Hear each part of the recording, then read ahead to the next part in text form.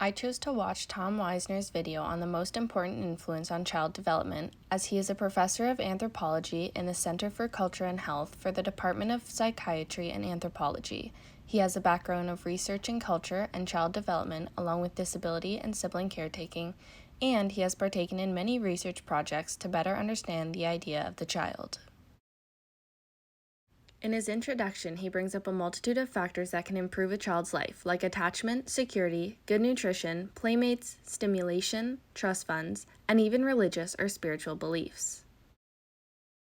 While all of this is true to influencing a child's development, he claims the underlying factor to it all is where in the world the child is growing up, what neighborhood, who their family is. Everything else falls into that, because everything else depends on it. This idea is similar to Bronfenbrenner's ecological systems theory, in which detailed characterization of various environmental influences are presented to impact development. As seen here, he not only separates the individual into categories like impacts within the home in comparison to impacts outside the home, but proceeds to categorize the impacts into many stages, as seen the microsystem, mesosystem, exosystem, and macrosystem, in order to target what each individual system consists of.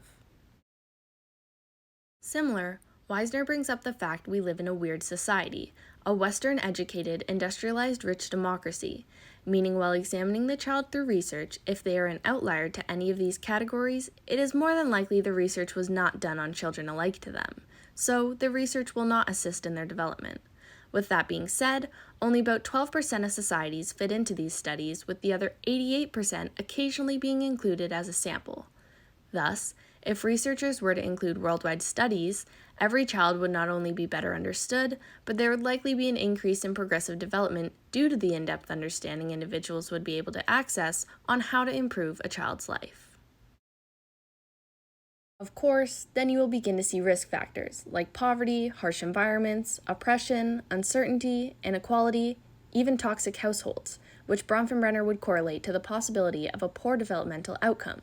But with this knowledge, individuals could then work towards securing protective factors that would increase the possibility of a good developmental outcome, whether individual, like making sure the child is in good health, or environmental, through being supportive parents and allowing the child to create strong social networks, all will correlate back to an improved end result. As Weisner noted, children, especially those whose environments leave them with a multitude of risk factors, tend to have multiple caretakers. So while, yes, they are securely attached to the social settings and those who are in it, like a community of care with a variety of guardians. This better allows the child to have protective factors even in situations that would typically be deemed a risk factor. This community of care was directly presented through one of Weisner's many research projects where he went to Kenya. He captured a photo of school children piling sticks which were going to be delivered to a young boy's house after school because one of his parents had passed away.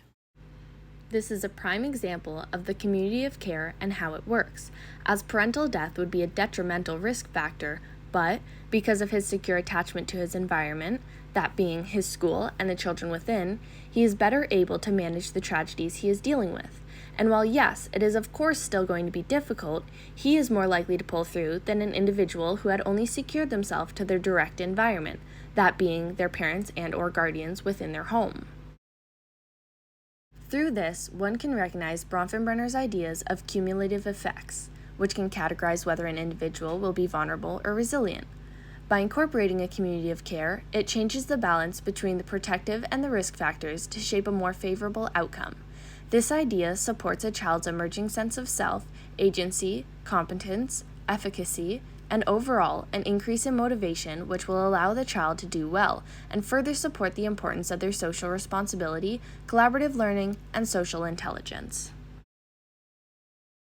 Overall, by linking Weisner's TED Talk back to my course learnings, it has allowed me to gain a better understanding on the ways in which we can improve the general research on children throughout the world in order to recognize the important influences in child development and how to support their best outcomes.